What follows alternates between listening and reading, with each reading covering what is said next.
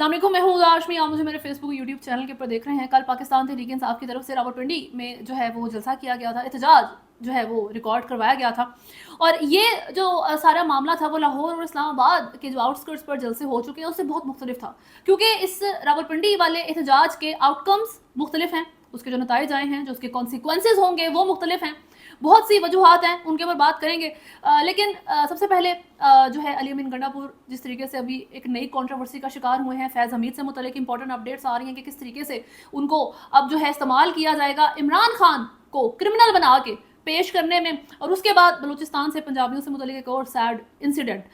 इस सारी चीज़ पर बात करने से पहले अगर आपने चैनल को फॉलो नहीं किया तो सब्सक्राइब करें, वीडियो को लाइक एंड शेयर ज़रूर करें। सबसे पहले अली अमीन गंडापुर साहब की बात करते हैं, जिन्होंने रावलपिंडी का इस एहतजाज जो है उसको लीड किया। लोगों की तरफ से कंटेनर हटा के उनके जो है वो रास्ते को क्लियर किया गया ताकि ये आगे आ सकें, ताकि वो लीड कर सकें। क्लैशेस देखने में आए पुलिस और प्रोटेस्टर्स के बीच में, और इस तरह के भी हालात बने एक पॉइंट पे कि पीटीआई की लीडरशिप को इंटरवीन करना पड़ा पुलिस वालों को बचाने में, ताकि वो अग्रेसिव क्राउड, इतना ज़्यादा ये चार्ज क्राउड था कि कत्ल ही ना कर देता इस पुलिस को, जो कि स्टन ग्रेनेड से, रबर बुलेट से इस क्राउड को डिस्पर्स करने की कोशिश कर रही थी। यही वो पीटीआई की लीडरशिप है जिनके ऊपर ये इल्ज़ाम लगाया गया था कि जी 9 मई का सारा इंतशार और अनारकी इन लोगों ने फैलाया है। कल रावलपिंडी में इन लोगों ने हर लिहाज से अमन क्रिएट रखने की कोशिश की है, क्राउड को किसी भी तरह के एग्रेसिव अप्रोच से रोका है और पुलिस को बचाया। ये मामला हैं। लेकिन अली अमीन गंडापुर साहब जो है वो बुरहान इंटरचेंज से ही वापस चले जाते हैं। लियाकताबाद में तमाम मामला चल रहे थे, अब उनके ऊपर जो है वो क्रिटिसिज्म शुरू हुआ कि आप पूरा क्यों नहीं किया, आपको आगे आना चाहिए था, तमाम मामला को लेकर चलना चाहिए था। क्या इस्टेब्लिशमेंट के बंदे हैं, किस तरीके से ये जो है वो मामला को चला रहे हैं। जिसके ऊपर ये जवाब आता है कि इमरान खान ने मना किया था कि जिस जगह पे आपको लगे रुकावट बढ़ गई है और इसको हटाने में और इस जगह को क्रॉस करने में अब जो है ना मामलात ख़राब हो सकते हैं, बदअमनी हो सकती है, और अब जो है शहर का और लोगों को जो है उनकी सिक्योरिटी जो है वो सबोटाज हो सकती है, तो वहाँ से आप वापस चले जाएं, उस जगह को क्रॉस करने की ज़रूरत नहीं है। तो अली अमीन गंडापुर साहब ने यही काम किया, लेकिन वीडियो पैगाम जो है उन्होंने एक जारी किया जो कि बहुत सख्त था।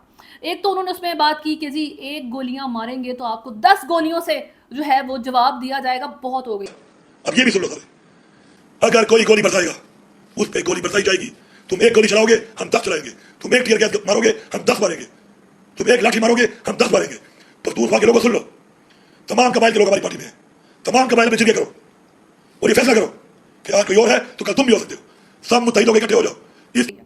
हमारे 2 कारकुनों को गोलियां मारी गई, तीसरे कारकुन को गोली मारी गई जिसका पता नहीं चल रहा। हम पर सीधे शेल मारकर 50 से ज्यादा कारकुनों को जख्मी किया गया। पंजाब की हदूद में हर 3 किलोमीटर पर जो है वो शेल और गोलियां बरसाते रहे।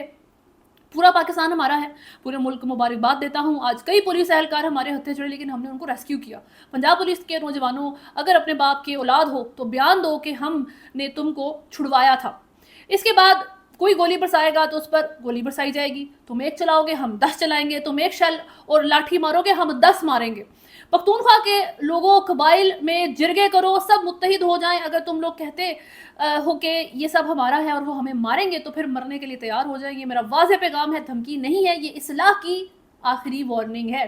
वही जो इस्लामाबाद आउटस्कर्ट्स पे इमरान ये अली अमीन गंडापुर साहब ने कहा था, अपने इदारे की इस्लाह करो, सही है, खुद की इस्लाह करो, इस तरह की उन्होंने बात की थी। तो अब वो फिर से कह रहे हैं कि ये मेरी आपको धमकी नहीं, इस्लाह की वार्निंग है आखिरी, सही है, कि बैकलैश जो है अब आपको 10 टाइम बढ़ा के हम देंगे, बहुत हो गई है। इसमें जो है खैबर पख्तूनख्वा की जो गवर्नमेंट है उनकी तरफ से फौरी तौर पे नोटिस भी जारी कर दिया गया है जिरगे से मुतल्लिक। अब जिरगे की एक चीज़ आप याद रखें कि ये चीज़ अभी खैबर पख्तूनख्वा में ज़्यादा देखने में नज़र आती है। 11 अक्टूबर को मंजूर पश्तीन PTM पश्तून तहफ़्फ़ुज़ मूवमेंट, जो एक रेजिस्टेंस फोर्स आप इसको कह सकते हैं, वो एग्जिस्ट करती है। वो 11 अक्टूबर को जिरगा करने जा रही है, जहाँ पर ये डिसाइड करना है कि क्या खैबर पख्तूनख्वा पाकिस्तान के साथ रहना चाहता है या नहीं रहना चाहता। पश्तून को उनके राइट नहीं मिल रहे। आई एग्री विद दैट कि पश्तून लोगों ने बहुत सफ़र किया है और उसमें अफ़गानिस्तान के साथ उनका बॉर्डर लगता है, ये बहुत बड़ा रीज़न रहा है। अफ़गानिस्तान में 20 साल वॉर रही है, और आप ये याद रखें कि अफगानिस्तान के बॉर्डर के ऊपर जो है कोई रिस्ट्रिक्शन भी मौजूद नहीं थी, वीज़ा भी रिक्वायर्ड नहीं था, कोई टिकट रिक्वायर्ड नहीं था, आप खुल के जो है इधर उधर आ जा सकते हैं। और अभी इंडिया के साथ आप अपने बॉर्डर को देखें कि इंडिया के बॉर्डर पर आप क्रॉस नहीं कर सकते, वहाँ पे वीज़ा जो है आपका लगता ही नहीं है। पहली तो बात ये, वीज़ा वैसे तो रिक्वायर्ड है ही, लेकिन इंडिया में पाकिस्तान के बंदे को वीजा नहीं मिलता, आप नहीं जा सकते।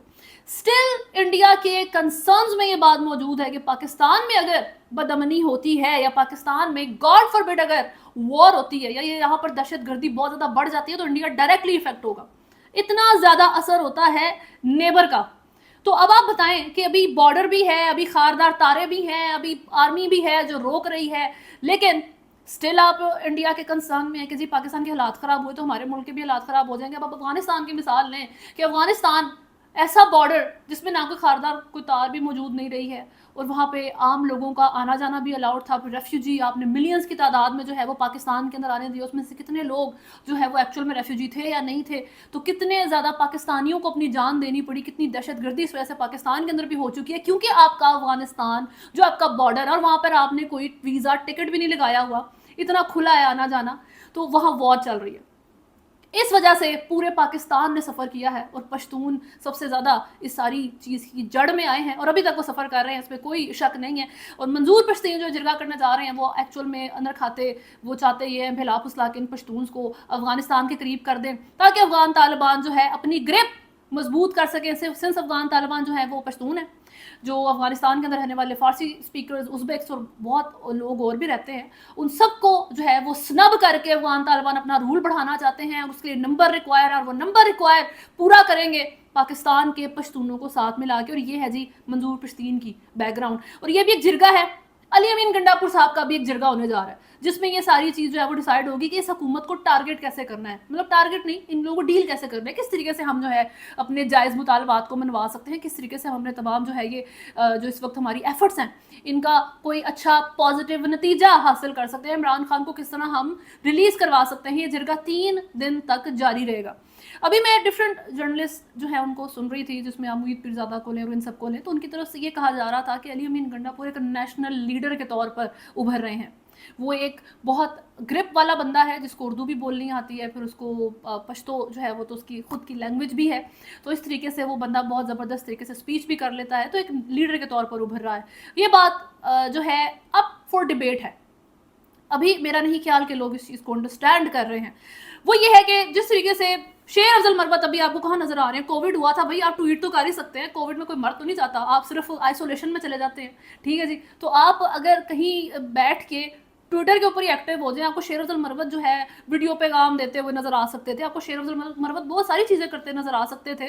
कोविड वही बात कि जी इतनी बड़ी कोई मसला नहीं होता और वो बिल्कुल ठीक है, लेकिन उन्होंने चूज़ किया कि जी बिल्कुल ही मैं आउट हो जाऊँ सीन से, क्योंकि ज़्यादा कंस्पिरेसी यही थी कि जी इनको इंजेक्ट किया गया है, इनको लॉन्च किया जा रहा है एक्चुअल में अथॉरिटीज़ की तरफ से, ताकि पीटीआई के अंदर ये बंदा जो है ना इतना इन्वॉल्व हो जाए और पीटीआई इतना इसके ऊपर डिपेंड करना शुरू हो जाए कि इमरान खान के अलावा भी कोई क्राउड पुलर हो, इमरान खान के अलावा भी कोई बंदा हो जो नाम ले और कॉल दे तो पूरी अवाम बाहर निकल आए। ये थे शेर अफजल मरवत। और आप यकीन करें, आप एडमिट करें इस चीज़ को कि ये भी हमने दिन देखे हैं, मरवत साहब बड़े हिट हो गए थे, अब कहाँ हैं, गायब।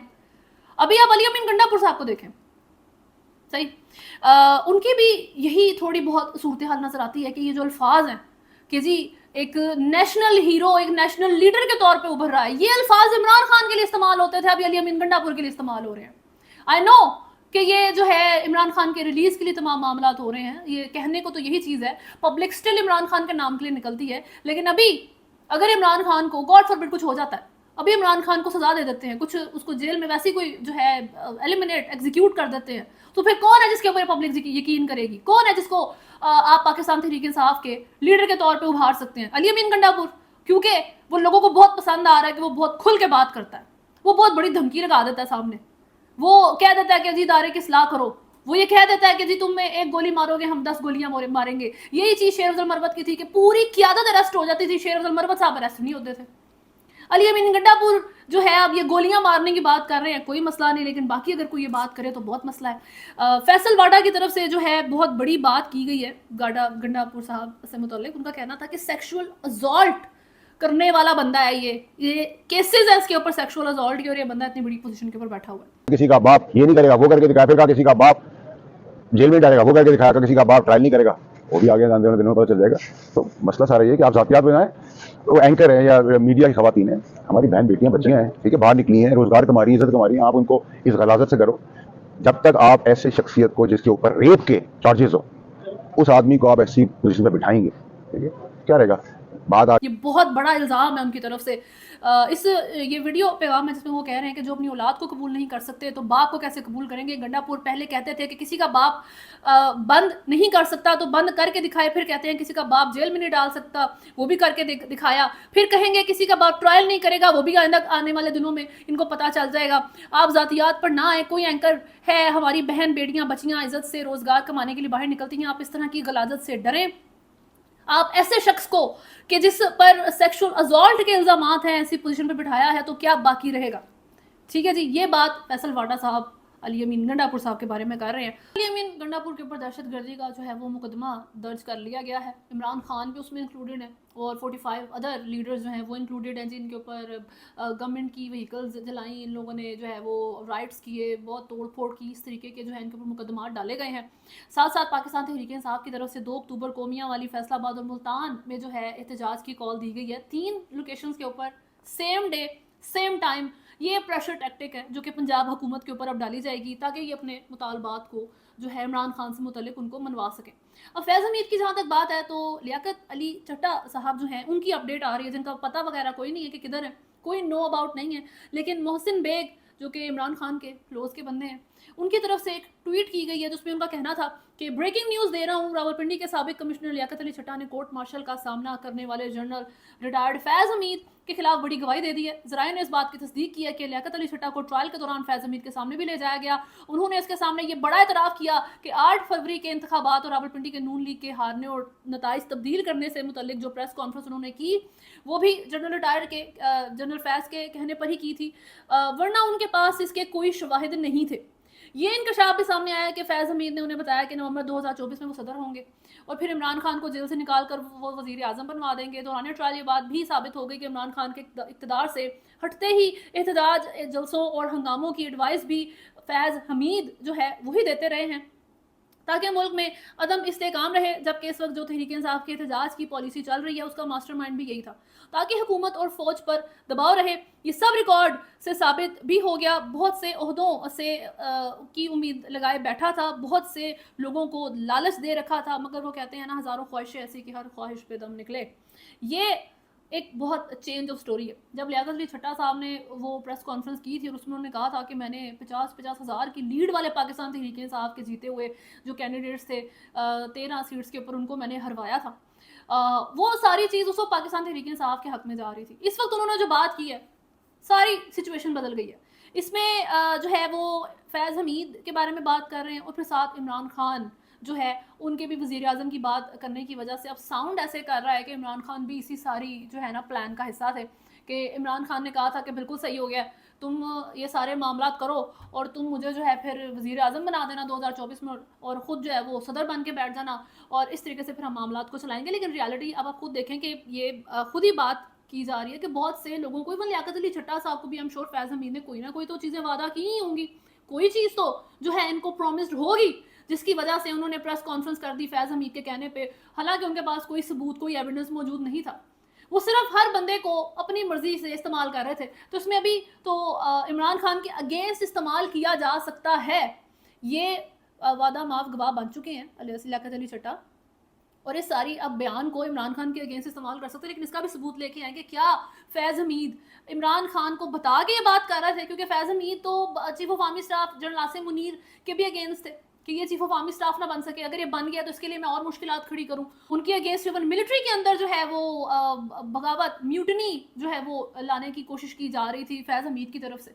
ये मामला थे इनके। तो क्या प्रूफ है कि इमरान खान का सिर्फ नाम इस्तेमाल करके फैज़ हमीद भी जो है अपनी सदारत जो है वो पक्की करने की कोशिश नहीं कर रहे थे, क्योंकि इमरान खान के अलावा इनको कोई बंदा ना मिलता जो इनके वज़ीर आज़म बनने की जो है वो हामी भरता, इनके साथ बैठने की हामी भरता, क्योंकि इमरान खान ने फैज़ हमीद के ऊपर ट्रस्ट किया था। इमरान खान साहब जेल के अंदर मौजूद थे तो फैज़ हमीद स्टिल इमरान खान का नाम इस्तेमाल करके बहुत से काम करते रहे हैं जब वो खुद रिटायर हो गए थे और इमरान खान जेल के अंदर चले गए थे। यानी कि इमरान खान की ग्रिप पाकिस्तान तहरीक इंसाफ के ऊपर लूज हो रही थी और उस वक्त फैज़ हमीद इसको लीड कर रहे थे। ये मामला था, लेकिन स्टिल इसको इमरान खान के अगेंस्ट इस्तेमाल करने की कोशिश की जा सकती है।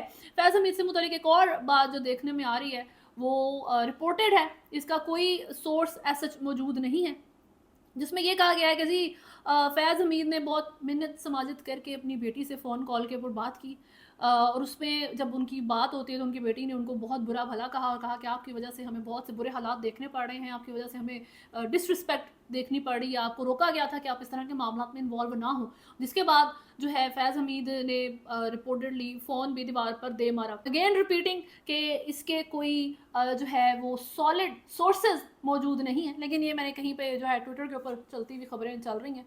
तो कोर्ट मार्शल जिसका हो रहा होता है उससे मुतल्लिक पर्सनल डिटेल्स कम ही जो है वो सामने आती हैं, और अगर निकल रही हैं या तो वो झूठ हैं या फिर वो एक्चुअल में बताई जाके जो है वो अप्रूव हो के बाहर निकलती हैं कि जी देखें जी इस बंदे की फैमिली तक इसको छोड़ गई है। सही है, तो वो एक सोचे समझे तरीके से ऐसी इतनी खबर बाहर निकालते हैं कोर्ट मार्शल जिस फौजी का चल रहा होता है उससे मुतल्लिक।